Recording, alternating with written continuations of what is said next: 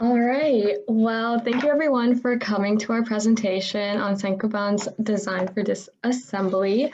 As a quick challenge overview, we were really tasked with figuring out how construction and demolishing houses lead to a lot of waste. And so our challenge was really to design a home that can be easily disassembled while still be energy efficient. So as an overview for our presentation today, we're going to go over the house that we designed as well as the deconstruction and cost factors of it. And then we'll talk about some policy changes at the end. But with that, I'm going to switch it over to Lindsay. So for our house overview, we based our house on an average Massachusetts single-family house size, which is about 1,700 square feet. The home we designed on the left is shown on the left, and it includes windows on the south side and on the roof to contribute to the solar passive design.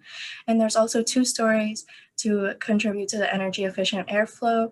And the materials that we chose have an emphasis on disassembly, which include characteristics such as durability, being salvageable, and recyclability. So moving on with that theme of reusability and durability, we are moving into our structural components. So for instance, with the helical pile screw that we chose as our foundation, we chose it because it's extremely easy to install and remove, and it's very reusable. Similarly, with the steel framing, while it's more expensive, its dry connections make it extremely easy to disassemble, reuse, along with its great ability to be recycled. And finally, with the structural insulating panels, they are prefabricated, so that means we reduce waste with construction, but also what drew us to them was that their ability to be cut into smaller pieces and still remain a integral structural unit. We also want to make sure that all the materials that we use can be salvageable and biodegradable. So for some features, we use bamboo flooring, vertical wood siding, and cedar shingles. So moving on with the deconstruction, because something we noticed in our research was that in order to design for deconstruction, you need to make sure you have a deconstruction plan. So we outlined some steps for this deconstruction plan. Basically, we just start from the top down, removing shingles and other aspects of the house and making sure to collect and save these components for either recycling or reuse. So we also conducted a cost analysis on a traditional home versus our home, and these took more of the major materials into account rather than all of them. And we also didn't take in the salvageable amounts just because there was a ton of variables associated with it. But in general, a traditional home costs around $70,000 to $110,000, whereas our home costs between $130,000 to $190,000. Although this is more expensive, with the salvageable values, it would kind of even out as well as the long-term benefits. And we also think this would be marketable just because this would be implemented in the next 5 to 10 years when Generation Z becomes the really like market for these kinds of houses. And with their buying trends and their marketing, I think these homes would be really applicable to them. So now moving on to like customer appeal. So one of the things we incorporated was a passive design. So our passive design included the 2 floors, and it allowed for an airtight construction and easy airflow. And then we also incorporated windows strategically. So majority of our windows were on the south because that's where most of the light would be. And then 4 to 6% would be on the rest of the walls. And then also we chose one-way windows so that in the summer it would reflect light, so it would be cooler. And then in the winter it would allow light in, so it would be a little warmer. We also chose wood shingles because they would be light in color and they would potentially decrease energy costs up to 30%. And they would create a cool roof rather than a dark roof that majority of houses with asphalt create. So keeping some of our designs in mind, we came up with some policies. So we really thought that one of the things we would need to do is create an incentive for people to think about deconstruction when when they're constructing homes. And then we also think it would be meaningful to require a certain percent of recycled construction waste to be implemented in homes in Massachusetts. And then the mindset change would definitely be being comfortable reusing materials such as reclaim wood, and then the long-term mindset of acknowledging future money will be saved in the energy efficiency, even though it's kind of more on the front end.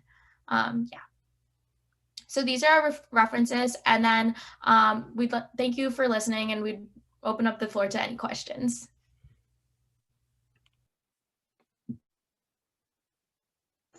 Awesome job, guys. Looks good. I'm curious your thoughts on, particularly what struck me is your roofing shingle choice. I'm curious, do you guys see that out there on the market today? And what kind of difficulties do you guys think you might face using wood shingles for a roof? Yeah, so we in our cost analysis, so with wood shingles, it's definitely going to be a little more expensive. As you can see, the cost per square foot definitely has a bit of a difference, up to even double the price of traditional asphalt shingles.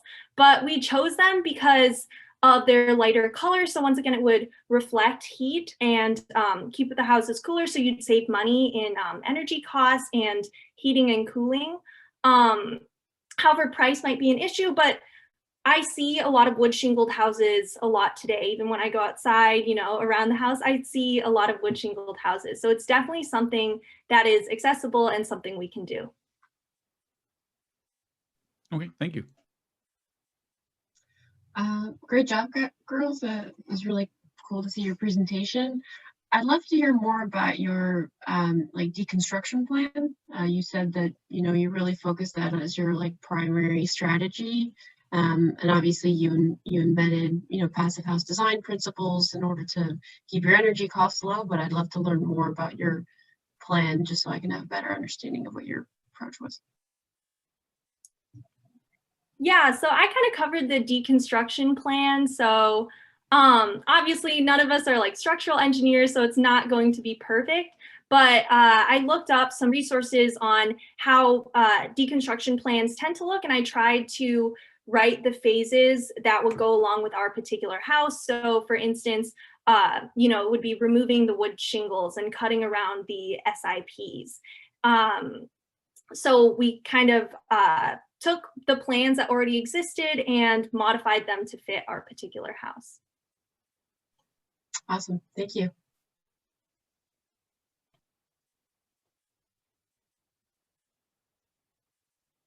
So if you guys had more time than you did, I know it was a very quick challenge, right? What do you guys think you would have changed? What would you have done differently? Is there anything that you wanted to expand upon? I would say definitely it would have been nice to be able to have some more time just to research and really understand the industry and where it would go. And I think our biggest kind of twist that we put on it is the roof. Since half of it would be wood shingles, but the other half, we kind of created this like window mirror kind of thing to take really single bonds, like what they started with a mirror manufacturing business. And this would allow you to actually like have that energy saving aspect with the sunlight coming in as well as being reflected during certain times of the year. And so I think like actually really diving into all the research there would have been really great to really fully understand that industry and really understand how feasible it can be in the long term. Thanks.